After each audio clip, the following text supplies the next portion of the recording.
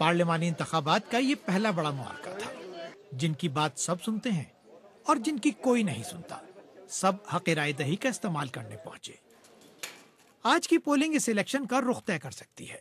सबकी निगाहें मगरिबी उत्तर प्रदेश पर टिकी हुई हैं, ये देखने के लिए कि मुजफ्फरनगर के फसादात किस हद तक इलेक्शन पर असरअंदाज होते हैं।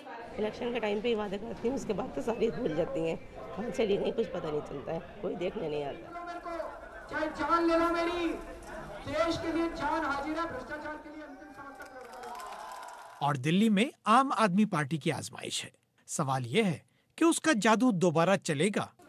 केजरीवाल की स्ट्रेंथ है उनकी हिम्मत, और केजरीवाल की कमजोरी भी यही है।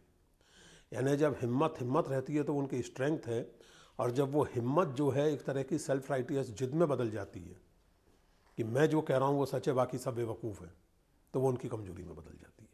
केजरीवाल का काफिला तो लंबा हुआ है, लेकिन मुसाफिरों को अपने साथ रखना ही उनका सबसे बड़ा चैलेंज होगा। ये आम आदमी ऐसे है कि देश में कोई न कोई भूचाल ला देगा।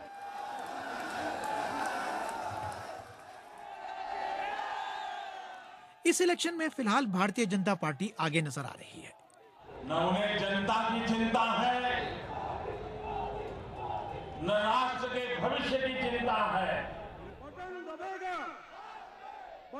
10 साल की हुक्मरानी के बाद कांग्रेस को मुश्किलात का सामना है। वे सिर्फ आपको गुमराह करके किसी तरह सत्ता हासिल करना चाहते हैं।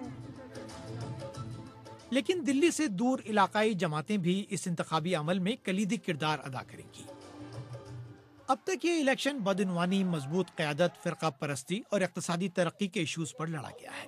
इंतखाबी अमल अभी 1 महीने से ज्यादा जारी रहेगा और ये क़यास आराई भी कि मुल्क में अगली हुकूमत कौन बनाएगा।